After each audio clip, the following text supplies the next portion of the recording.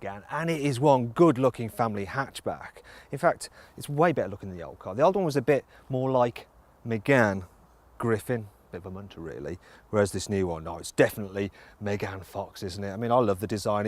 It looks like a concept car with the front headlights and that big grille, and the back especially is really beautiful. Yeah, this is a car that's actually reasonable value for money. It starts from £18,000, but you can save money on that. If you click up there, you can go to carwow.co.uk to find out the best deal you can get on this new Renault Megane. So, gorgeous on the outside. What about the inside? Well, I must say I'm actually a little bit disappointed. It's all a bit dark and drab in here. Now the material quality in your direct eye line is pretty good. Look, it passes the carwow flick test, but lower down it, yeah, it doesn't. That's a similar story in a Volkswagen Golf really. And this car, you might notice it's got this huge portrait screen here, which is the kind of thing you only get on real top-end cars. And it looks wonderful, dead easy to use as well. And if you click up there, you can see our full in-depth review of the infotainment system by watching our in-depth interior video review. The only thing is that screen is only available on the dynamic S models and above, so you have to pay extra for those if you want that screen, and it's well worth doing because you also get a digital driver's display, you get a reversing camera, you get lane departure warning, dual zone climate, and on the whole it's pretty good. So too cubby spaces, so you've got some big door bins, and on the whole the rest of the cubby spaces are satisfactory for a car of this type. So moving to the boot. So the capacity, it's average, you know, it's bigger than a Ford Focus, which is titchy, and smaller than a Peugeot 308, which is massive. But the problem for me with it is there's not really anything clever about it. And the first thing to note is this huge, well, there's a deep load lip, and then there's this huge bumper, which is, well, if your suitcases are heavy, that's going to be a real pain in the back. And then there's nothing really clever about this boot. So you've got, is that a false floor? No, not really. It's just where the tyre repair kit goes, but you could stuff some stuff over there, but you can't raise the boot floor up to make a flat load area, and there's not really many useful tie down hooks. It's like Renault hasn't really bothered with the boot. Then when you fold the seats down, yeah, look at that, you get a massive ridge there, so it's going to be really awkward to slide things to the back. Speaking of the back, let's move on to the back seats. So I'll just move these out of the way so you can see what's going on.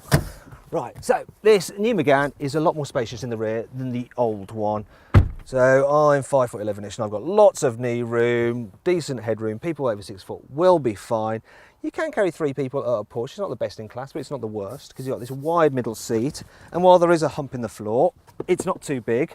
The only mild issue I have is that the footwells are quite small, so you do feel a bit cramped at times, and you sit very low with your knees quite high, which does affect your comfort over a longer journey, but on the whole not too bad in the back seats. And if there's just 2 of you, you can fold this down and rest on it, and some cup holders there. Now for more information on this car's practicality, click up there for an in-depth review where you can see what it's like with 3 people in the back of this Megane, how easy it is to fit a child seat, and just how much stuff we could cram into the car's boot. So far, the new Renault Megane is a massive improvement on the car it replaces. But does this continue out on the road? Oh yes, they've done quite a good job with this car actually. You know, it's very, very comfortable. The suspension does a fantastic job of ironing out the bumps in the road, and on the whole it's a really quiet, relaxing cruiser on the motorway. Also, it won't go into a big French strop. If you chuck it into a corner, it can cope, it's got enough grip.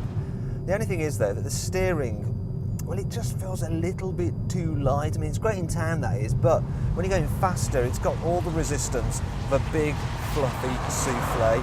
Now, on high-spec cars, you can press a button to firm up the steering, but then it feels, well, a bit weird and odd, a bit like a souffle that's collapsed. In fact, the controls, the brakes, and especially the gear shift, yeah, it's all a bit stodgy. Oh, and the auto isn't that good either.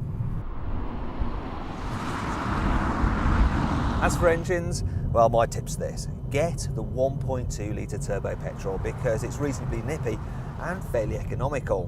But if you do lots of miles, you're going to want a diesel, and the 1.5 litre in this car does a pretty good job. It's got enough punch for overtaking, and Renault says it will do 76 miles per gallon. Now, if I look at the trick computer, I'm doing 59. That's actually pretty good.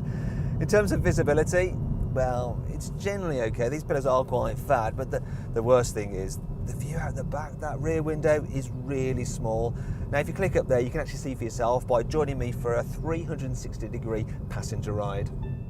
Now if you noticed a whistling sound in my pieces to camera, it's because there was some interference with our mic. Don't worry, it's not the car. However, there are a few annoying things about the new Megane.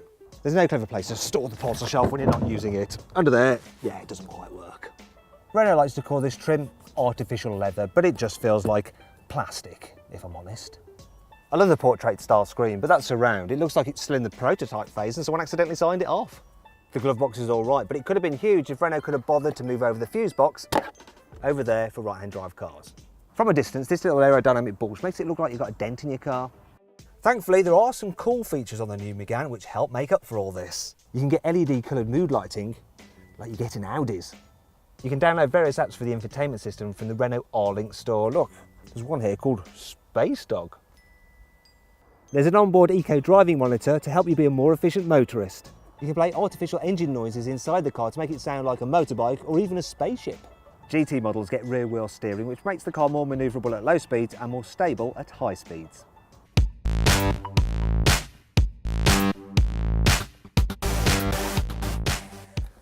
So then, overall, what do I think of the new Renault Megane? Well, low spec versions can feel a bit miserable on the inside and the gearboxes aren't great, but this is a fabulous looking car and it's comfy and practical. Now if you click up there you can get more information and find out the best deal you can get on a new Renault Megane at carwow.co.uk.